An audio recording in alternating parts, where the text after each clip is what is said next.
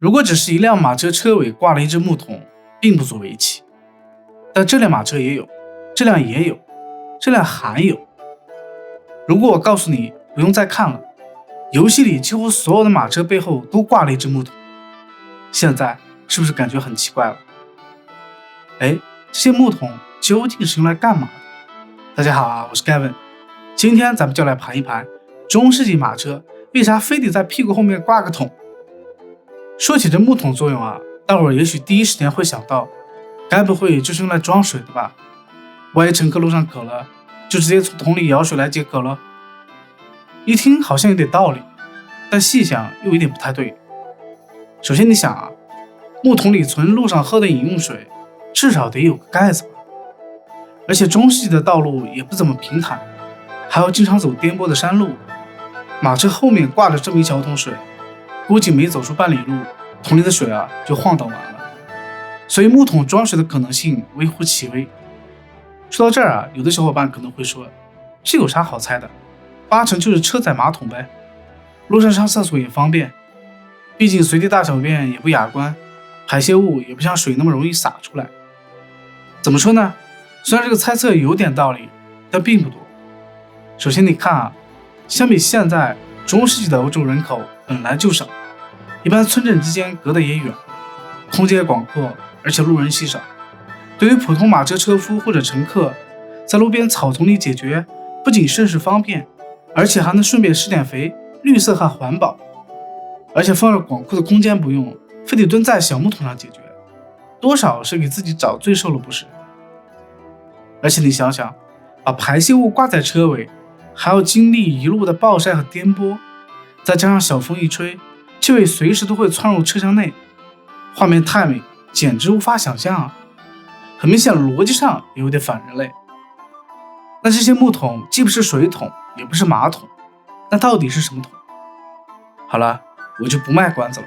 其实这里的木桶实际上是油桶，用来存放润滑油的。不过这个润滑油和现代的润滑油还有点不太一样，它是一种将焦油和动物脂肪混合在一起的一种粘稠油脂。那么紧接着问题就来了，为啥要在马车车尾挂油桶？马车没有齿轮，也没装发动机，哪里需要润滑？难道是车轱辘？没错。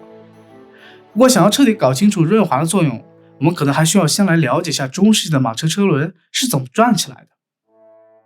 大家要知道，中世纪的马车车轮是没有钢珠轴承的，就是一根木质车轴套了两个木质车轮，车轴两端包铁，轮毂用铁套做内衬，对抗磨损。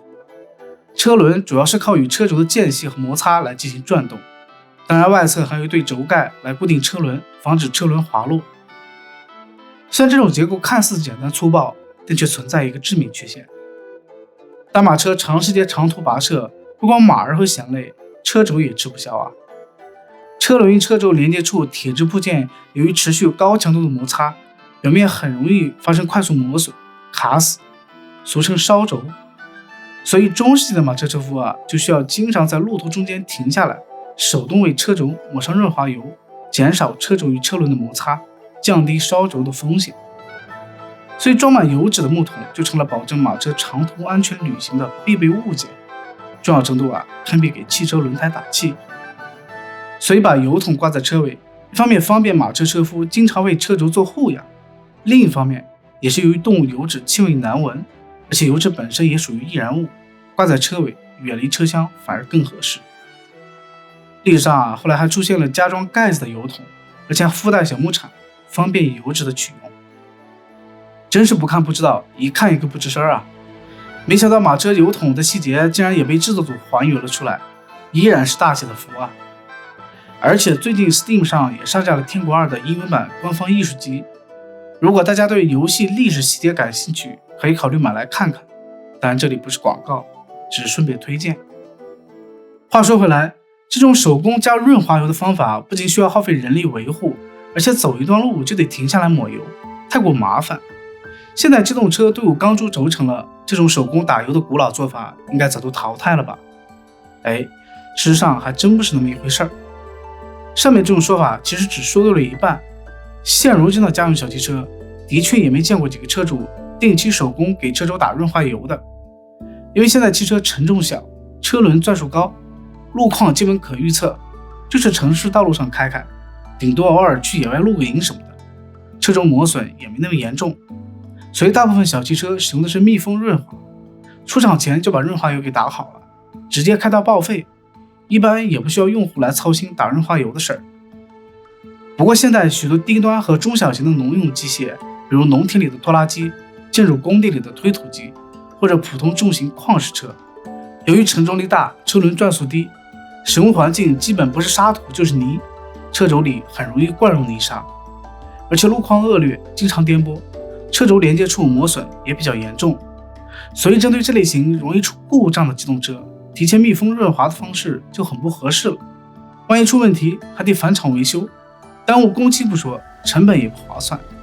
所以润滑方式越简单越容易维护，大家反而也更喜欢。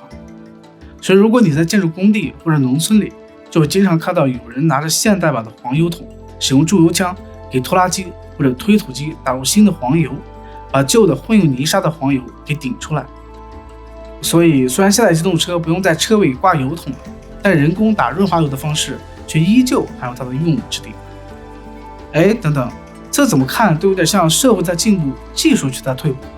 AI 都这么先进了，啥时候把人工打润滑油的历史问题给解决下？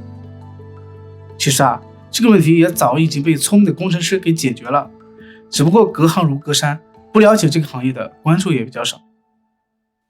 虽然部分重型机械需要人工打油，但在一些高端的重工机械已经装备了免打油的润滑系统了。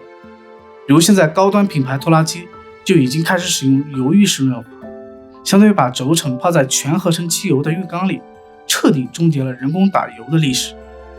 所以你看新技术的出现好像也并没有完全取代和抛弃旧技术，只是各自分工更明确，应用场景也更细分了。好了，今天的节目就到这里，天国2深度考据系列到今天就算正式告一段落了。